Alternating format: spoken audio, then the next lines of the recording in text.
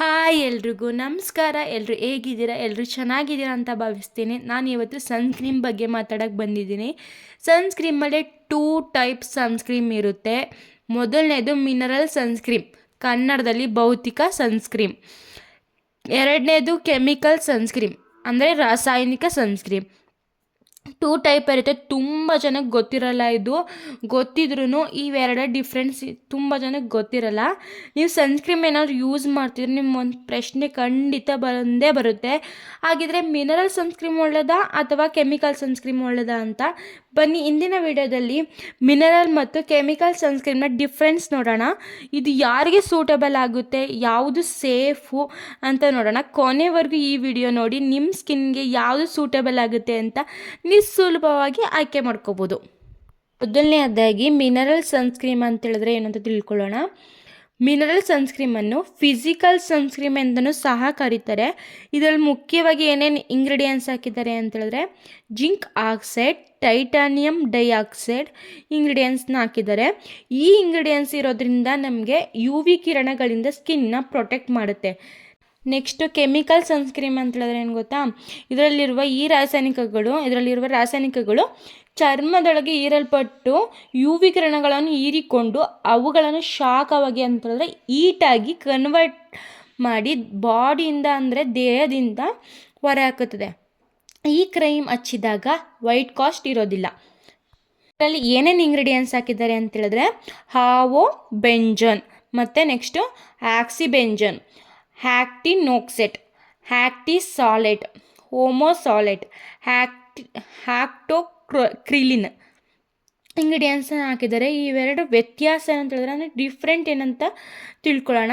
ಈಗ ಇದು ಹೇಗೆ ಕೆಲಸ ಮಾಡುತ್ತೆ ಅಂತ ಹೇಳಿದ್ರೆ, ಮಿನರಲ್ ಸನ್ಸ್ಕ್ರೀಮು ಚರ್ಮದ ಮೇಲೆ, ನಿಮ್ಮ ಸ್ಕಿನ್ ಲೇಯರ್ ಮೇಲೆ ರಕ್ಷಣಾ ಪದರದಂತೆ ಕೆಲಸ ಮಾಡುತ್ತೆ, ಅಂದರೆ ಚರ್ಮದ ಮೇಲೆ ಕೆಲಸ ಮಾಡುತ್ತೆ.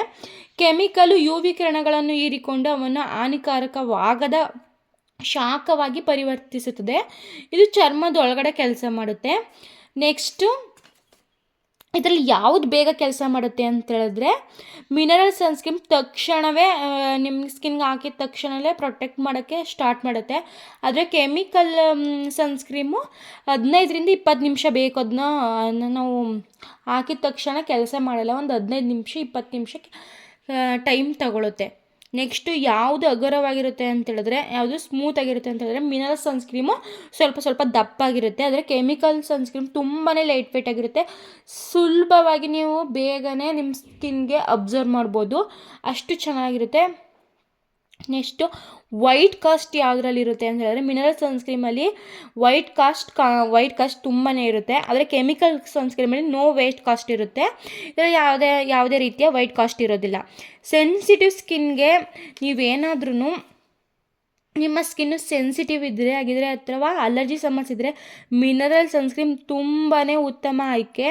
ಡಾಕ್ಟರ್ ರೆಕಮೆಂಡ್ ಮಾಡೋ ಅಂಥದ್ದು.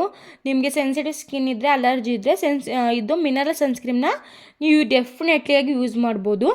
ನೆಕ್ಸ್ಟ್ ಆಯಿಲಿ ಸ್ಕಿನ್ಗೆ ಕೆಮಿಕಲ್ ಸನ್ಸ್ಕ್ರೀಮ್ ಒಳ್ಳೆಯದು. ಏನಾದ್ರೂ ಆ್ಯಕ್ನೆ ಪ್ರೋನ್ ಸ್ಕಿನ್ ಇದ್ದರೆ, ಅಂದರೆ ಮೊಡವೆ ಬರುವ ಚರ್ಮ ಇದ್ದರೆ ಮಿನರಲ್ ಸನ್ಸ್ಕ್ರೀಮ್ ತುಂಬಾ ಒಳ್ಳೆಯದಾಗುತ್ತೆ. ನಿಮಗೆ ಮೇಕಪ್ ಜೊತೆ ಯಾವುದು ಕಂಫರ್ಟಬಲ್ ಆಗಿರುತ್ತೆ ಅಂತ ಹೇಳಿದ್ರೆ ಕೆಮಿಕಲ್ ತುಂಬಾ ಕಂಫರ್ಟಬಲ್ ಆಗಿರುತ್ತೆ. ಯಾಕಂದರೆ ಇದಕ್ಕೆ ಇನ್ವೈಸಿಬಲ್ ಫಿನಿಶ್ ಇದೆ, ಲೈಟ್ ವೆಯ್ಟ್ ಫೀಲ್ ಕೊಡುತ್ತೆ, ಮೇಕಪ್ ಕೆಳಗಡೆ ತುಂಬಾ ಚೆನ್ನಾಗಿ ಕೆಲಸ ಮಾಡುತ್ತೆ. ಔಟ್ಡೋರ್ ಆ್ಯಕ್ಟಿವಿಟೀಸ್ ಅಂತೇಳಿದ್ರೆ ನೀವೇನಾದರೂ ಸ್ವಿಮ್ಮಿಂಗು, ಸ್ಪೋರ್ಟ್ಸ್ ಅಥವಾ ಹೆಚ್ಚು ಬೆವರು ಬರುವ ಕೆಲಸ ಏನಾದರೂ ಮಾಡ್ತಿದ್ರೆ ನಿಮಗೆ ಕೆಮಿಕಲ್ ಸನ್ಸ್ಕ್ರೀಮ್ ಹೆಚ್ಚು ವಾಟರ್ ರೆಸಿಸ್ಟೆಂಟ್ನ ಕೊಡ್ಬೋದು. ಬೆಲೆ ಯಾವುದು ಚೆನ್ನಾಗಿರುತ್ತೆ, ಬೆಲೆ ಯಾವುದು ಕಡಿಮೆ ಇರುತ್ತೆ, ಅಫೋರ್ಡಬಲ್ ಪ್ರೈಸಲ್ಲಿ ಯಾವುದು ಸಿಗುತ್ತೆ ಅಂತ ಹೇಳಿದ್ರೆ ಮಿನರಲ್ ಸನ್ಸ್ಕ್ರೀಮು ಸ್ವಲ್ಪ ನಿಮಗೆ ಕಾಸ್ಟ್ಲಿ ಅನಿಸ್ಬೋದು. ಆದರೆ ಕೆಮಿಕಲ್ ಸನ್ಸ್ಕ್ರೀಮು ಆಯ್ಕೆನೂ ಜಾಸ್ತಿ ಇರುತ್ತೆ, ಅದು ಕಡಿಮೆ ದುಡ್ಡಿಗೂ ಸಿಗುತ್ತೆ.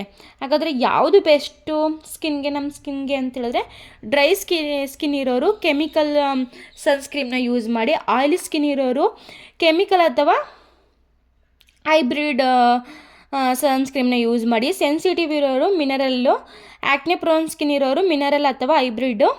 ನೆಕ್ಸ್ಟು ಕಿಡ್ಸ್ಗೆ ಮತ್ತು ಬ್ರೆಸ್ಟ್ ಫೀಡಿಂಗ್ ಮದರ್ಸ್ಗೆ ಮತ್ತು ಪ್ರೆಗ್ನೆಂಟ್ ವುಮೆನ್ ಇರೋರಿಗೆ ನೀವು ಕೆಮಿಕಲ್ ಸನ್ಸ್ಕ್ರೀಮ್ನ ಯೂಸ್ ಮಾಡೋಕ್ಕೆ ಹೋಗಬೇಡಿ.